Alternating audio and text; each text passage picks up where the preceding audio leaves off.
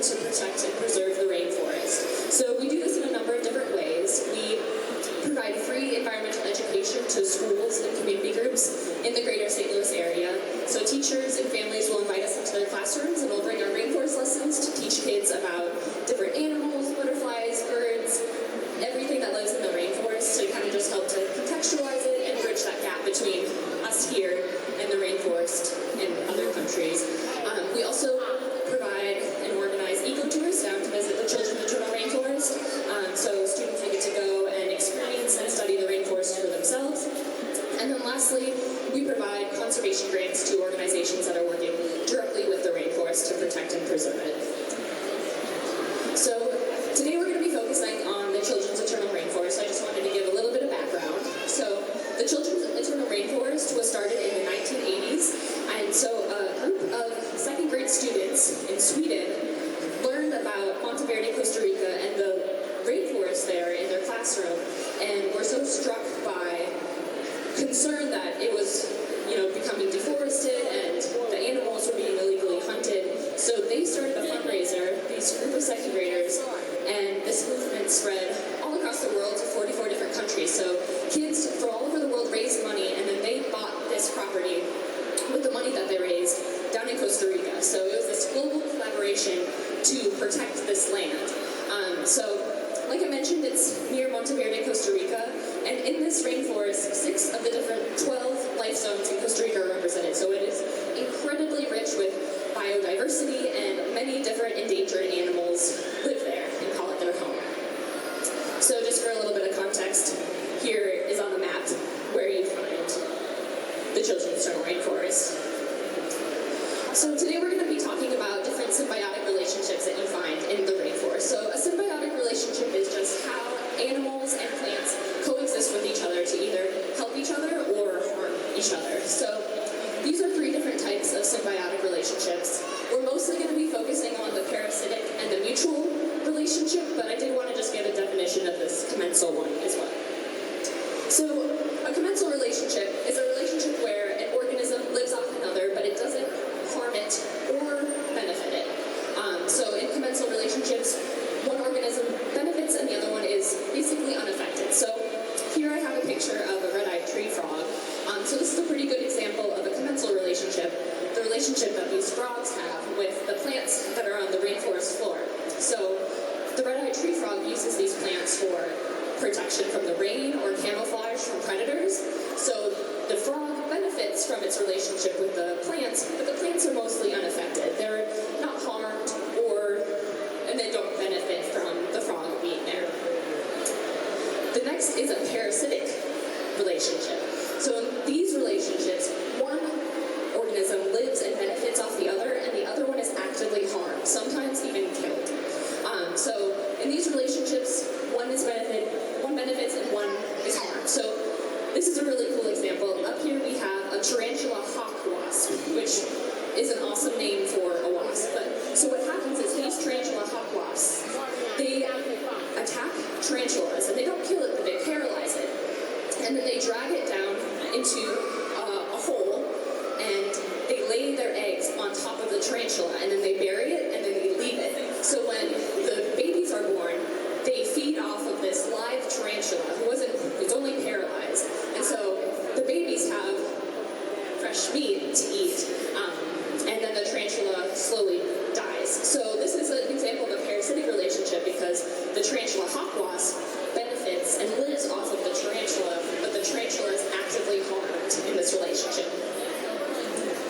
And then finally we have a mutual relationship. So mutualism among organisms is this really special kind of relationship where both organisms benefit and they help each other and nobody is harmed. So sometimes these relationships can kind of look like one is being harmed, but ultimately more good is being done than bad. So here we have a Baird's tapir, and this is a good example of a mutual relationship with the tapir and different plants, again, that we find on the rainforest floor. So the tapir is one of the best rainforest mammals for seed disbursement. So what happens is the tapir will eat different seeds and fruits off of the ground of the forest floor, and then carry on it with its day and move across the rainforest, and then when it poops, the seeds that are still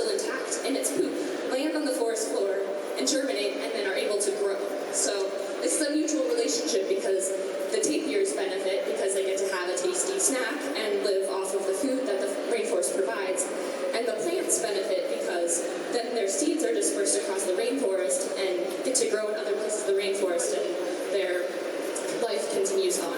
So these are the three different types of symbiotic relationships that we find in the rainforest.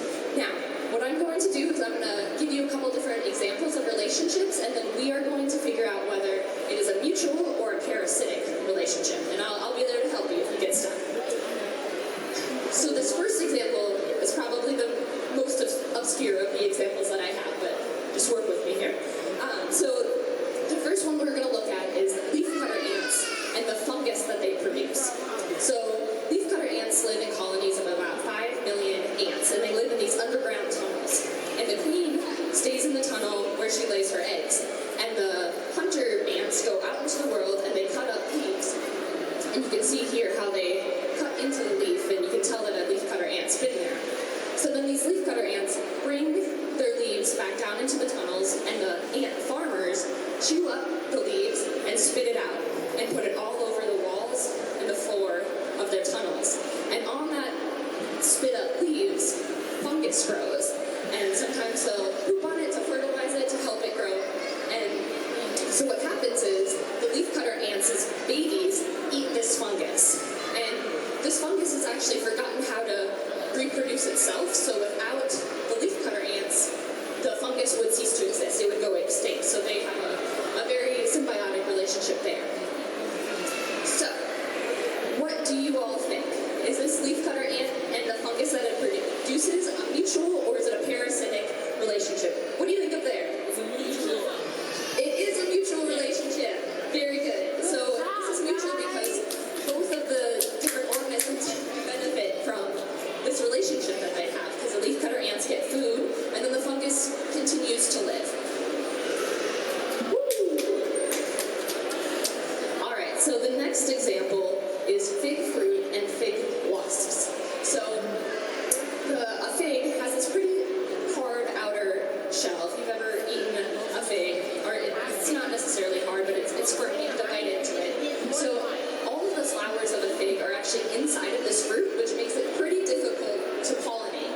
So what happens is these fig wasps, a female fig wasp will tunnel her way into the fruit. So on this right picture, you can see all these fig wasps in the fruit. But on the left, you can kind of see on the bottom of that fig fruit, there's a little tunnel. So that is where the female fig wasp will crawl into there. Meanwhile, she's spreading pollen all over the flowers inside of the fig. Then she will lay her eggs in there, and when they are born, they feed on the flowers inside of the fig. And then the male fig wasps die, and the female fig wasps go out of that same tunnel, meanwhile have a spreading pollen with them. So in this relationship, the fig wasps get a safe place to raise their babies, and they get to feed off of the fig, and then the fig itself gets pollinated. And a fun fact too is that while the fig wasps are inside of the fig, they excrete a chemical that prevents the fig from ripening. So while the fig wasps are in there, no other animals are going to come around and eat the fig because it's not quite ripe yet. And once the fig wasps leave, then it ripens. And one other thought, because when I was researching this, I was like, wait a second, I eat figs. Does that mean that there are just dead male wasps in the figs that I eat? And the answer is no. The figs produce an enzyme that totally consumes the fig wasp. So when you eat a fig, there are no dead wasps in there, just to be clear. So what do you think? Fig fruit and fig wasps, is this mutual or is it parasitic? They think they know up there. Okay, yeah, let's hear from y'all again. What was that? Mutual. Mutual. Yeah. Very good. So the fig fruit benefits because it gets pollinated, and the fig wasps benefit because they have a safe place to raise their babies and get to eat the food there.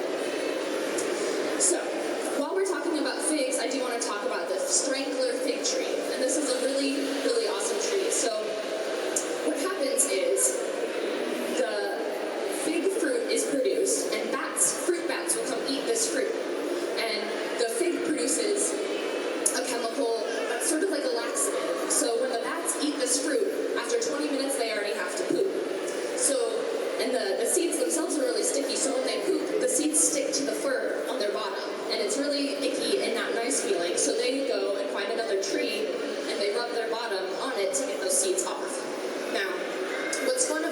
strangler fig trees is if you were to put some strangler fig tree seeds just on the ground, they wouldn't be able to grow. They need another tree to grow on.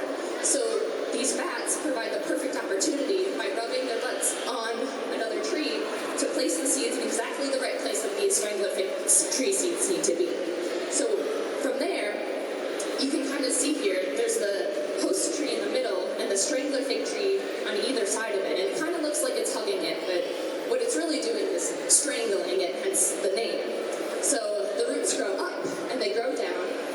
And after 100 years, the strangler fig tree is taller than the host tree itself. So it starts to block out the sun. And after 400 years, that tree on the inside of the strangler fig tree totally dies and decomposes, and then you have this hollow tree where you can go inside and explore, like here. And so you can see this is where a tree used to be, and now it's completely decomposed. Now it's this hollow strangler fig tree. So, you already know. Strangler fig tree, and then its host tree. Is this mutual or is it parasitic? Yeah, let's hear from you. Shut up. Parasitic. Very good. And this is because the strangler fig tree could not live without that host tree. It's dependent on it. It needs to live off of it. But that host tree dies in the process. All right, so this is my last example. And thank you. And we're ending with a crowd favorite because who doesn't love sloths? I mean, they are so cute. So what you might not know about sloths is while they look really cuddly and soft and clean, that is actually not the case. So sloths a lot of the time are actually covered in this green algae, and sometimes it's really visible like this, and other times less so. But so this algae grows on sloths, and the algae provides the sloths with some camouflage, because the sloths have to live up in the trees. And so up in the tree leaves, the algae kind of blends them in a little bit. And in exchange, the algae gets access to sun and a lot of direct sunlight. So sloths and its algae, what do you all think? Is this a mutual or is it a parasitic relationship? Mutual! Correct, yeah, so the sloths and algae are working together and trading this camouflage for sunlight. And one other fun quick fact that I'll just throw out there is, on top of this algae, sloths have 20 different types of moths and insects that live on them.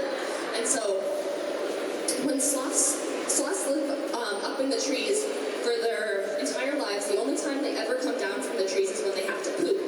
And this is because if they were to poop from the tree, then a jaguar would smell it and they'd see, oh, this poop is here, the sloth must be above. So the sloths come down from the tree and they dig a hole and they poop and they bury it, and then they move on to another tree and climb up a different one to kind of throw the jaguar off. So when they're down on the ground and they poop, these moths that live on them will lay their eggs on the sloth poop. And when the eggs are born, they will feed off of the sloth poop, thus helping the moths survive. So I don't have a question for this one, but this is another example of the commensal relationship where the moths benefit and live off of the sloths, but the sloths themselves are pretty unaffected by the moths being there. They're not harmed, and they also don't benefit. So, I have a final question for you all. Us in the rainforest. What do you think? Is this a mutual or is it a parasitic relationship? And while you're pondering this one, what you got? Parasitic.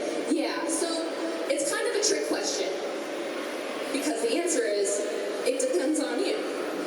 So we benefit greatly from the rainforest. We get a lot of really important resources: coffee, chocolate, sugar, the most important food groups, and also a lot of medicines. We're still learning about the medicinal properties of a lot of rainforest plants, as well as they produce so much of the oxygen that we breathe, and also they just dump tons of water into our atmosphere, which kind of acts as a large air conditioner and keeps our Earth way cooler than it would be without these rainforests. So, unfortunately, a lot of the times we do have a parasitic relationship with the rainforest because we are actively working to protect it.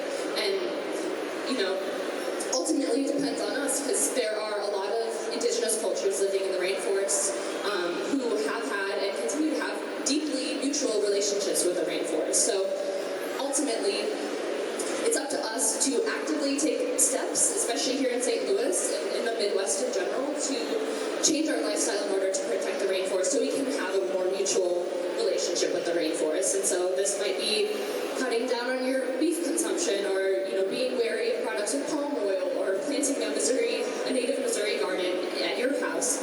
I am running out of time to go through all of the suggestions that I have for you, so I recommend either you can do your own research, you can visit our website, or you can come find our table and talk to us. We're full of suggestions and ideas, and we'd love to see all of you at our table. So thank you so much. Again, I was Sophie.